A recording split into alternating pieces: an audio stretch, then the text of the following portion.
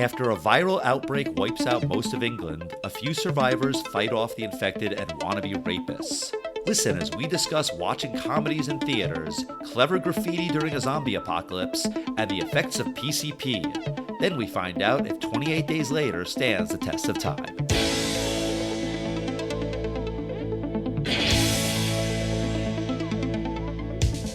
Test of time, James and Alan have their say. Do the movies you love still hold up today? James says gladiator with a glove, and Alan says as a father blah blah. It's the test of time, James and Alan have their say. Do the movies you love still hold up today?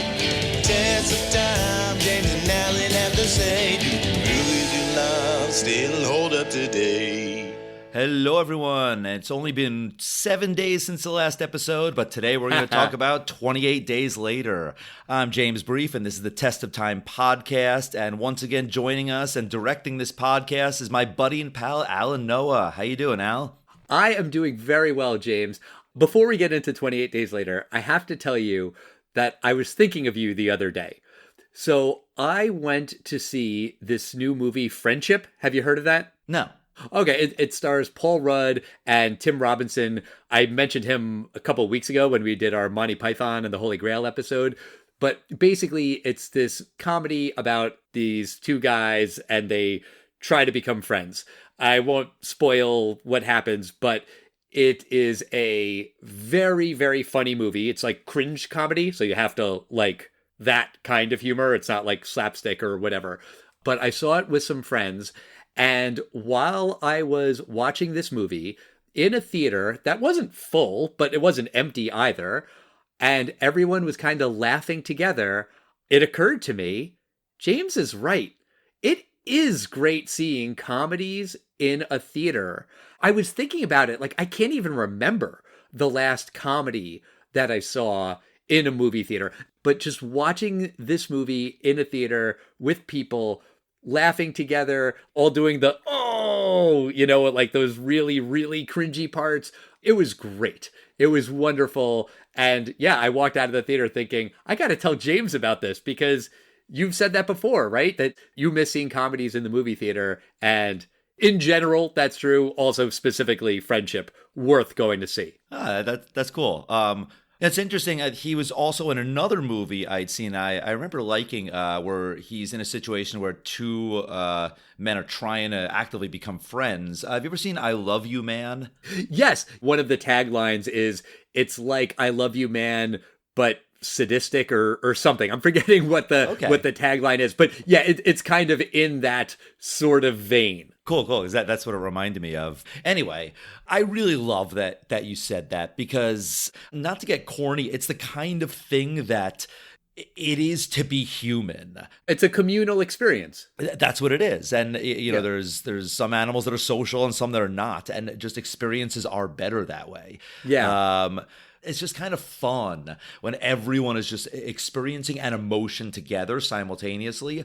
Good endorsement for it's called Friendship. Yes. Cool. See it. I mean, the movie is about male friendship, and I went with 3 of my guy friends. It was just great. And, I'll still go and see Fantastic Four with people and, other superhero movies and whatever. But yeah, it was worth it to go and see this. I'm really glad we went.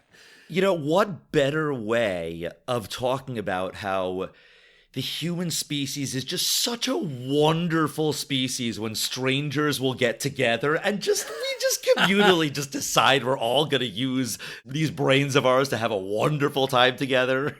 Right. Into a movie that basically kind of Lord of the Flies things and says, yeah, when it comes down to it, Homo sapiens are the absolute most horrible monsters that ever grace the plains of the earth. Right. So why don't you give our listeners a recap of 28 Days Later in case they haven't seen the movie? Sure, yeah. This movie is about Jim, a bicycle courier who wakes up in a hospital 28 days after a viral outbreak has ravaged England. After being exposed to the blood or saliva of someone who's infected with the virus, people become consumed with violent rage. Jim meets 2 survivors, Selena and Mark, and the 3 venture to Jim's home to look for his parents. They discover that Jim's mom and dad killed themselves, and after they're attacked by the infected, Selena kills Mark. Jim and Selena then meet Frank and his daughter Hannah, who want to go to a blockade that's transmitting a radio signal saying they have the solution to infection. There are a handful of soldiers at the blockade, but they don't really have a cure. They were just hoping to lure women that they could just basically rape. Frank is infected and killed as soon as they reach the blockade, so it's up to Jim to rescue Selena and Hannah. He does, and the three escape to the English countryside, where, 28 days later, they are found by an airplane. Right. Okay, so I remember when this movie came out in 2002 that it did well. I mean, obviously, there's a sequel 28 weeks later, and now 28 years later is out. That's why we're doing this movie and its sequel next week. But how much money did it make when it first came out, James? This movie made a lot of money because Danny Boyle, he had come on the scene a couple years earlier. He had made Trainspotting. That's really where he launched. Right. And this was now from the guy who's made Trainspotting, A Life Less Ordinary, and The Beach. Now comes a new zombie film. And people were very excited about this. There were no names in the film, no big stars. And that was actually by design. Right. And it was made for $8 million. It opened in the United Kingdom in February of 2002. It actually opened domestically in the summer on June 27, 2003. It opened at number 4 with $10 million, and it wound up with $45 million domestically and $82 million worldwide. Gotcha. All right. Well, the movie starts with animal activists, and they're there to rescue these animals, these monkeys who are being experimented on. And in a kind of big picture way, I thought it was a little funny that the movie basically makes these animal activists kind of sort of the villains. They unleash this virus. They're warned. You know, a scientist comes in and tells them, do not release these monkeys. I know what you're trying to do. I get it. Do not release them. They are highly, highly contagious. And the activists are like, screw you, man. And they let the monkey out, and it immediately, rips off the lady's face. And then he says, we have to kill her. Right. And they're like, dude, we got to bring her to to an emergency room, right? It's a monkey on a face. And I think it's wrong to kind of make the animal activist guy the villains. It's just they are portrayed a little bit as bad guys. Yeah, I just think kind of in general, usually in movies and TV shows, the people rescuing the animals are the good guys. And I don't think it really has to be black or white, good versus bad. I think it's perfectly valid to believe that animals are wonderful creatures and they shouldn't be tortured, but also major scientific discoveries happen thanks to animal testing. So there's some nuance in there. I was just surprised by that. Yeah, so that's the opening scene, but the next scene, which is 28 days later, the protagonist of the film, Jim, played by Cillian Murphy, he is awakened in a hospital. He, of course, has a beard that has, a month's growth on it or something, and shoved under his door is a key. So you can create an entire backstory that an altruistic healthcare professional or someone in the hospital, janitor, anyone, realize this guy's in a coma. He is never going to wake up from, and he has no chance against these zombies, these monsters. I'm going to lock him in a room. I'm going to just shove this key in there, and maybe you'll wake up, maybe you won't. And, at least I give you a chance. That is cool. Also, though, why is he naked? Like, if you're a coma patient in a hospital, you would be wearing a hospital gown. Why did this altruistic doctor remove the gown? Now, I was thinking about that, and I was trying to think, what was he in the middle of? I don't think it was an operating room table. I'm pretty sure it wasn't. So, operating room table, you could be naked. But, it didn't look like that. It looked like some procedure room. If you want to show that shot, in a hospital gown, they'll show his butt, hospital gowns are kind of like revealing, and they're vulnerable because by definition, they're open from the back and everything. One other question, though. Wouldn't he die of malnutrition? Like, if you assume that he's been in this coma for 28 days, even if that altruistic doctor, before he slips the key under the door, he takes off the guy's robe because he just wants to see his dick, and it's like, oh, okay, nice dick, and he puts on like a big old IV bag, full of nutrition. Yeah. after 4 weeks, isn't it gonna run out and he's gonna die? The only way he would have survived this would have been his metabolism went down, and his metabolic needs were lowered. Sure, fine, and I guess it stretched it long enough that he was severely dehydrated, which they did show. Yeah, he did go immediately to Pepsi's and he drank a bunch of them, and he had a huge burp because he probably drank like 6 of them. It's probably stretching it, but I don't know. I mean, within the realm of possibility. Maybe if he was overweight. Yeah, sure. Although we did see photographs of him with his parents. Oh, yeah. Well, maybe he just really fluctuated. He gained the weight, he lost it, he gained it back. It was just kind of a yo-yo thing. But the journey to like his childhood home with Mark and Selena, I mean, you kind of know that that's going to go south. When Selena first attacks Mark with the machete after he's been bit, it did look like she was amputating the arm, like he was bit on the arm and she was hacking off the arm. And I thought, oh, okay, so maybe that's a way that she can save him. If she cuts off the limb that was bitten quickly, then maybe the infection won't spread. But she doesn't say that. She says, no, I saw it in his face. He was infected. I had to kill him quickly. I think in a more conventional zombie kind of movie, maybe an amputation would work. But because of the rules established in this movie, the infection spreads so very quickly. Yeah, you can't even just hack off a limb. That's not going to work. It's interesting you mentioned that. Did you ever watch The Walking Dead? Yeah, I think the first 7 or 8 seasons. I gave up after that. I gave up pretty much when Jeffrey Dean Morgan's character came on the scene. I finished that season. I finished that season. I was done with it. Okay, so we quit at the same time. The reason I bring it up is there are a couple similarities and differences between that series and this movie. First of all, the obvious one. Oh, yeah, waking up in the hospital. Yeah, waking up in a hospital. The obvious difference is that The Walking Dead is the classic so-called slow zombies versus the fast zombies. But in The Walking Dead, that's absolutely what they do to characters. There's a character that's bitten and they amputate the arm or leg and then they're fine. Right. I mean, minus the limb. But they live. Yes, but that is also very much the nature of The Walking Dead's universe's rules. It's very well established when you're bitten in The Walking Dead, you pretty much are going to go out into a big altruistic, I'm going to take a couple zombies or a couple bad guys with me, because it's going to take a while, a day, and you're going to get slow, or you're going to kill yourself for the good of the group, or they'll have to kill you. But in 28 Days Later, it's seconds, and I don't think in this universe you have that option. I totally agree. And thinking about the quote-unquote zombie rules, I do like that this movie tweaks the rules. And first off, it is a zombie movie. I know they never say the word zombie in it. Danny Boyle says it's not because they're infected. Yeah, cool, whatever. It's still a zombie movie. But I do like that they play with some of these conventional rules.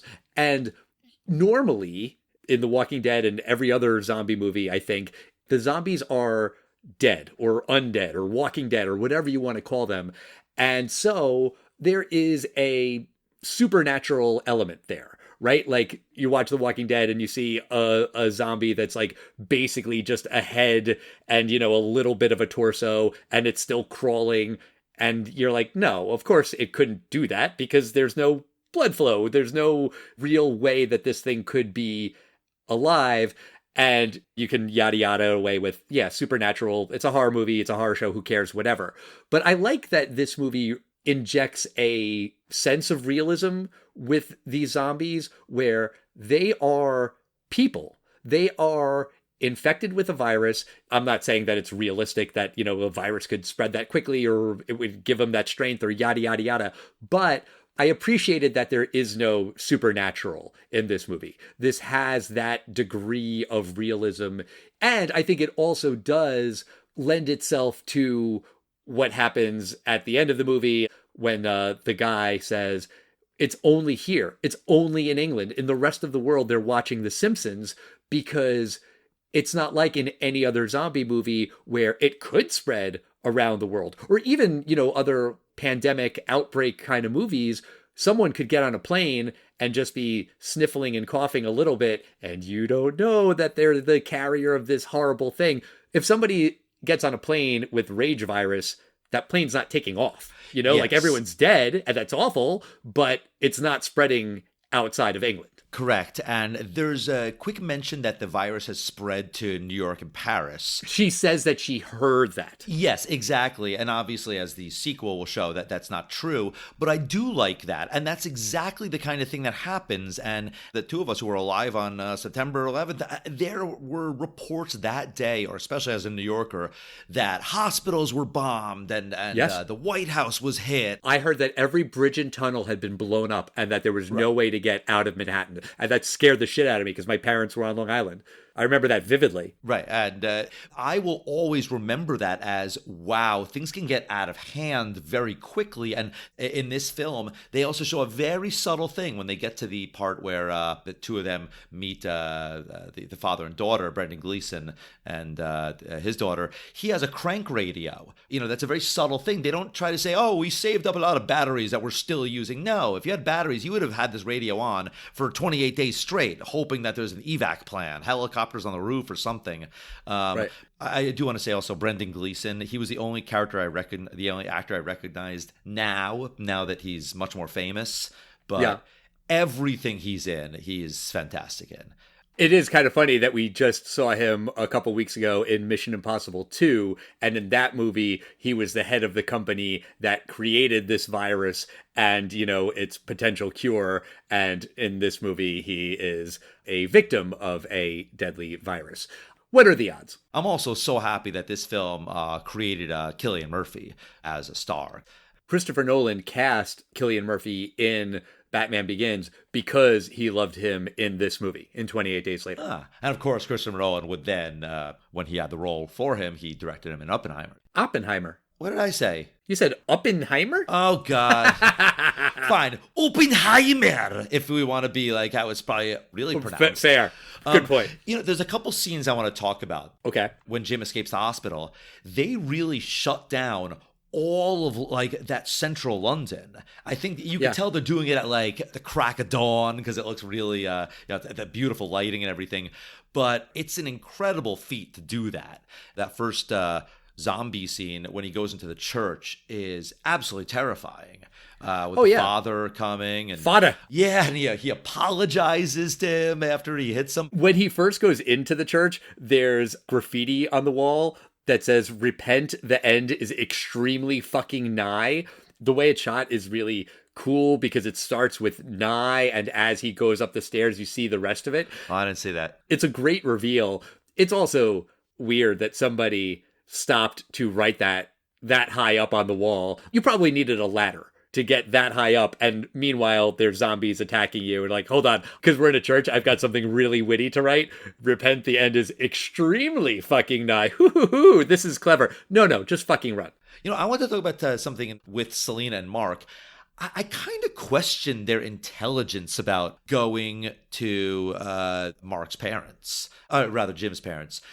Jim doesn't get it, and he thinks there's even a smidgen of hope that his elderly parents are alive, and they should have like smacked some sense into him like any other apocalyptic movie and been like, they're dead. Everyone you know is dead. We haven't seen a single person alive in 6 days. Your parents are not alive, and we're not going to your parents' house. That's what I thought they should have said. Yes, but it's a movie, and so they have to do it. I mean, nothing you're saying is wrong. I think, though, that the in-universe answer to that is that it's humanity. They feel bad for this guy, and they want him to be with them. They want him to join their little group, because right now it's only 2 of them. There's strength in numbers. He wants to find out what happened to them. He's adamant about it, so they go along with him. It's kindness, and it costs Mark his life, but it does show his humanity. And also, for what it's worth, Jim is technically kind of right when he doesn't believe that his parents were killed by the infected. They took their own lives, which is horrible and tragic on its own, but it does give him that closure, that understanding. And yeah, shitty thing is that now Selena has to kill Mark. But also, speaking of humanity, when you meet Frank and Hannah, they are really sweet. And, Selena before says that surviving is as good as it gets. Then later she tells Jim that no, she was wrong. Really, it's seeing what Frank and Hannah have. That's as good as it gets. In a zombie apocalypse or not, it's these people who care about each other and love each other. And I think the movie does sort of take a little bit of a zombie break here when Jim and Selena meet Frank and Hannah, and they have their little cheers of creme de menthe. Then you see more zombies when they're escaping through the tunnel, which is a really terrifying scene. But then they're at the supermarket, and they just are happy, and they're just shopping. It's like he shows him a specific liqueur, knowing this is maybe the last time we will ever be able to do this again. I also appreciated that the supermarket was completely stocked. In most apocalyptic films, you would think that it's completely abandoned, or rather, it's completely been, even the cream of dirt has been taken. And in this film, there was just no time for that. Right. They just fled. There wasn't even time to pack your bags and go to the supermarket. It was run. That's the only explanation for why there was still stuff there. But sure. I also like that they made the mistake of taking all the eggs and everything. And of course, the eggs are all rotten. Selena's like, just get things in cans that you don't have to cook. But, you could still get lentils and beans and things like that. Get some protein in you. I think they're not really going to be getting fresh produce at this point, 28 days later, which is a shame. But then they go to the scene in the field and they see the horses. And there's just like these moments where you watching the movie can breathe, these characters can breathe, and it's sweet. And I like that the movie takes its time with these moments. By the time they get to the military blockade, things go south really, really fucking fast. I had seen this movie before. I genuinely did not remember much. I think really the only thing I remembered was that line about they're watching The Simpsons and the rest of the world are watching The Simpsons. But when the guy radios back to base, we've got 1 male, 2 female survivors. Repeat, 1 male, 2 female. Instantly, I was like, oh shit, this is bad. This is really bad. It's supposed to sound innocuous. This is what a military guy would say. But no, that's really fucking sinister right from the jump. Right. I want to talk about the writer of this film. Are you familiar with Alex Garland? Of course. Yeah. I saw Civil War last year, which still to this day haunts my dreams. That was fucking terrifying. He's an exceptionally talented writer.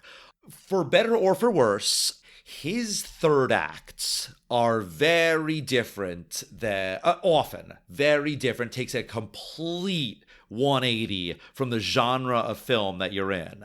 I don't know if you've ever seen any of his other ones like Sunshine, Ex Machina, Annihilation. Yes, I've seen Ex Machina. Annihilation has been on my list of movies to see forever, and I haven't gotten around to it. I'll just say you don't know where you're going with Alex Garland. And people like it, people don't. I'm not even going to judge that. But this is the part where, just like The Walking Dead, where you go, in a zombie film, who are the real monsters? Us. It's That's us. Right. The one military guy even says that. He's like, before this happened, there were people killing people. Now there's people killing people. There have always been people killing people. So he even acknowledges it. And you even see that in the very beginning. The movie starts with those monkeys in the lab. They're showing footage from like war zones. Yep. And like, that's kind of, I guess, what they're training the virus on or something. I don't really understand that. It's kind of a Clockwork Orange thing. Have you ever seen a Clockwork Orange? Yeah. So I feel like it's sort of the same thing. Rage probably started out as it can activate that part of your brain that has the violence. And the way like PCP will make you turn into like a violent rage and rip someone's face off. Bath salts? Yeah, well, PCP angel dust is like that. That's famous for that. The bath salts, no one knows what the hell bath salts are. So, but PCP is the classic. Right. Like if anyone who is pro legalizing drugs, it has to have the exception of nobody should ever want PCP to be legalized. You don't have any pain, so you'll punch through a cinder block wall and destroy your hand. It's just a horrible thing. But it reminds me of these violent people here. But this does turn in like The Walking Dead, that most of the time the zombies are now in the background and the zombies are no longer the threat. Right. And I actually like that that this third act, what it clearly does is it shows the zombie threat has been eliminated. Not only is this fortress completely surrounded by professionals, they do all the military calls and they don't waste unnecessary bullets and they have mines and the floodlights. It's great.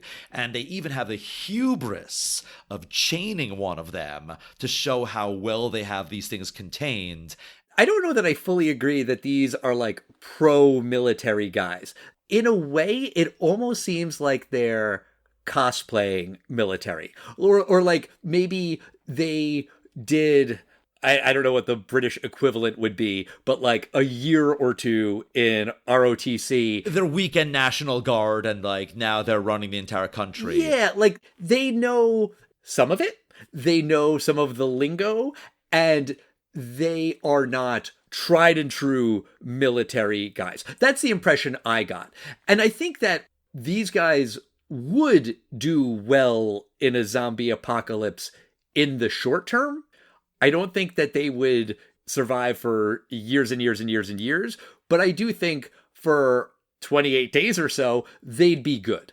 Chaining up, I think his name is Marcus, the guy who's infected, just as an aside, that is very racially coded, that there's these military guys who have a black man chained up that they're literally experimenting on. That's what the general says. I mean, they have other black guys in the unit, though. So Sure. I think it happens to be coincidence. No, that's not Really? a coincidence. How? How did they say there's anything about the black guy being chained? I mean, they didn't say anything. They showed it. He's the black guy who's chained, and the military is doing experiments on him.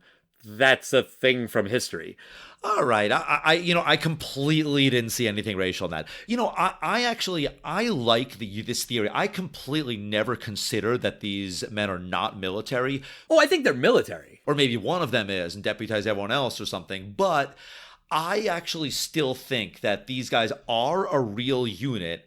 And they just went, like human beings do, they went completely insane. I do believe his story that one of the guys put a gun in his mouth last week and was going to blow his brains out because he just thought there's no hope. Well, the guy who put the gun in his mouth, he did that because it had been presumably 3-ish weeks since he'd gotten laid. And I can believe that there are people out there like that, but I don't really have a ton of sympathy for somebody who's that desperate that they're going right to rape. They're going right to raping a child. It's not just Selena. It's also Hannah, who's a teenager. And, the idea of, oh, hey, look, there was a zombie apocalypse. We got to repopulate the earth. Oh, yeah, okay. I guess that makes sense. Then when you kind of start thinking about, well, England's an island and it's probably not a worldwide thing. And then also to go to, so now we're going to rape a child because it's been 28 days. Like, wait, what? That's kind of why I think that these aren't professional military men. These guys are pretty amateurish, and yeah, they did a good job with the landmines. Way to go! But you wouldn't just go straight to, and now we are rapists. I don't think the guy presented to them, hey, you guys are horny, let's go out and rape a bunch of women. I don't think that's what happened. There's a line that the major says. He goes, what the hell do 11 men do but go and wait to die? I think he told them, we're going to recreate civilization, and we need women for that. Of course, this will be through rape. The way you said it is, you haven't been laid in 3 weeks. I think these guys would have jerked off. I don't think men in jail go insane like that when they don't get laid for 3 weeks. I think it's the absolute apocalypse that happened here. And the men are they're complete animals.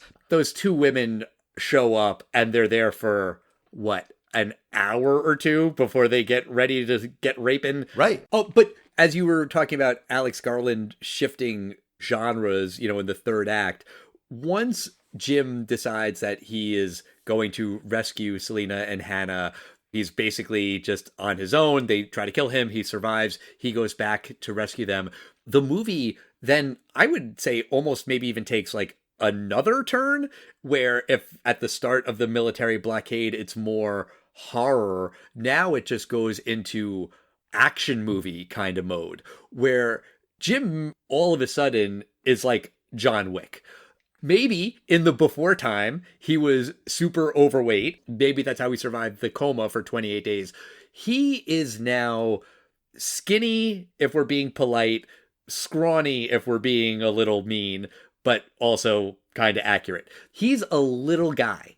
And he just like one man annihilates these military guys.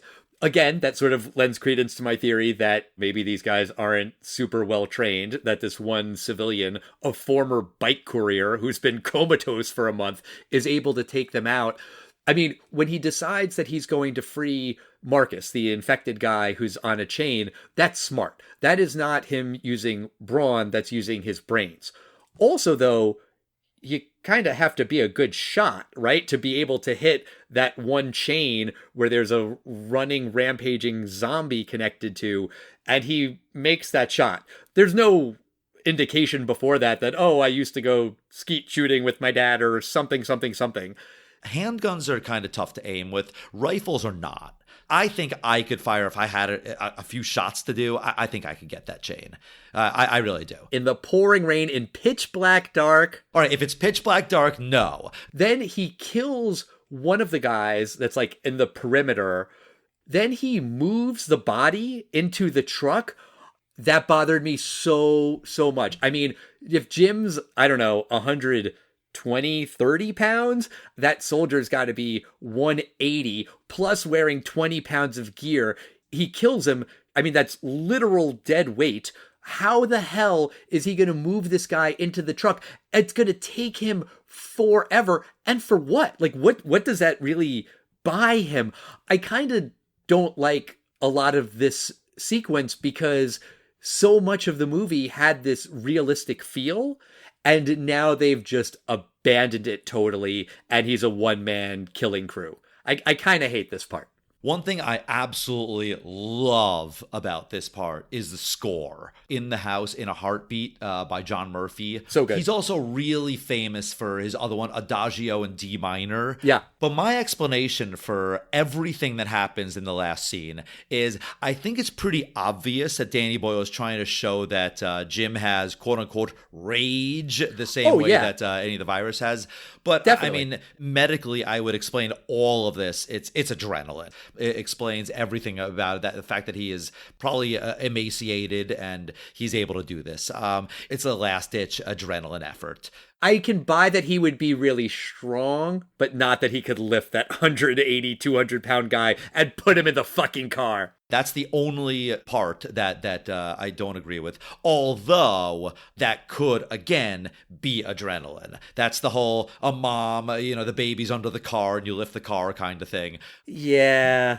I mean, you're 100% right that Danny Boyle is trying to show that this is Jim with a different kind of rage. Lowercase rage, not the rage virus. It's righteous rage because he's protecting Selena and Hannah. Like, I get it. The whole eye gouging thing. Oh, God, I hate that. That really just makes my skin crawl. And I mean, I understand why, because he's so angry and he's so mad and he's doing everything he can to protect Selena. Also, not the fastest or quickest or easiest way to kill a guy. But I mean, whatever. That's just me. I fucking hate that. When they're escaping, Jim gets shot. And apparently in the original ending, he dies. He succumbs to this bullet wound, which I do think is somewhat realistic, right? I mean, Selena is a well-intentioned person, but she's not a doctor. She can't just go on YouTube and watch, surgery how-to videos. But apparently the test audiences hated that ending, so they had to do a more happy version where he pulls through. I agree. It's a bad ending if he dies there. He's not taking a shot for Hannah. It doesn't have to be that he is, running and he used the bulletproof vest. Take my life for hers. But I think there could have been something a little more to it. Yeah. Did you hear about the third ending? Maybe that sounds familiar, but I don't remember what it was. I'm really glad this ending was not released. It's on the DVD where Frank, the dad, had been tied up after he was infected. They would eventually have gone to a laboratory and cured him. Right. Jim was going to drain all of his blood and replace it so Frank would have Jim's blood. Yeah, that's, again, stretching the limits of credibility and realism. Come on. Right. But the problem I have with this last scene is actually they escape from the military compound with Jim in a gunshot wound, and they crash through the gates. Presumably it's a violent crash to get out of the compound, but they do make it through the compound. Yeah. But then it goes to black and says 28 days later, and then they go into a hospital and shock him back to life. Yeah. Shouldn't it have been they go right into a hospital and they do all the medical procedures to try to get him to live, and then it goes to black and says 28 days later, and then he's alive? Yeah, I had that exact same thought, because then you see them like in the house and Jim is bandaged up and Selena is sewing and they've got this like cute, adorable domestic life. But yeah, wait, did he just have the surgery? Because you said 28 days later before. The timing on that 28 days later is off, for sure.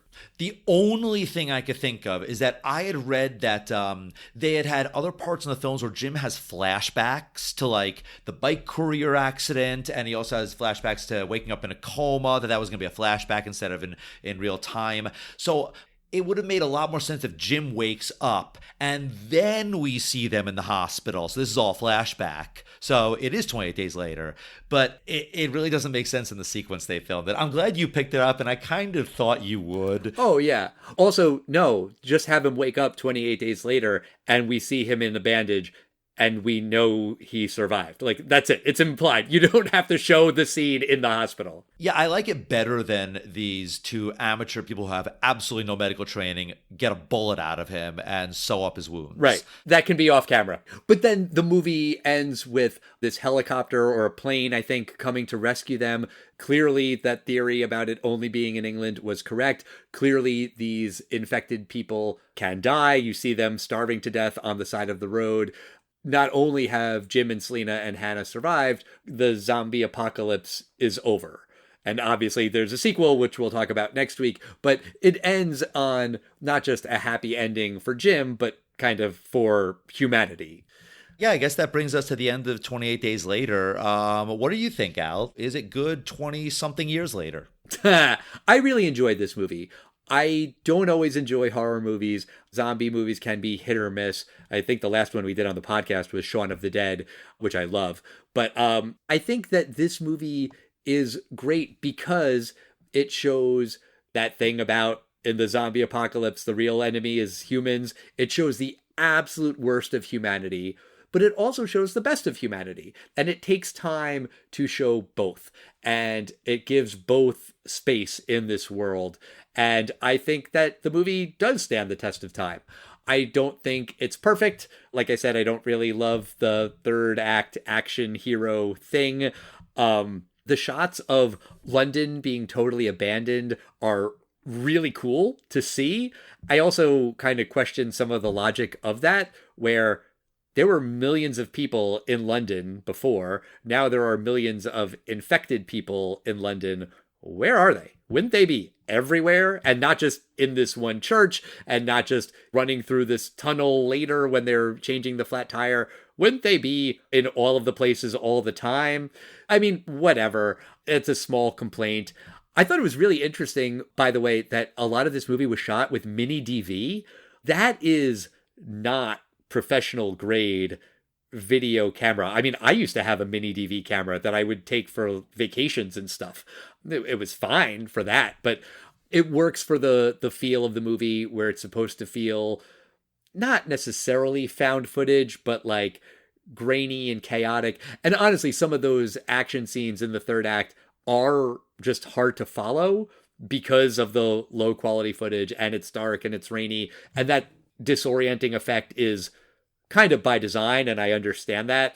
At some points I was kind of squinting at the screen and like, wait, what's happening? Who's this guy? Where'd he go? Is that a good guy, a bad guy?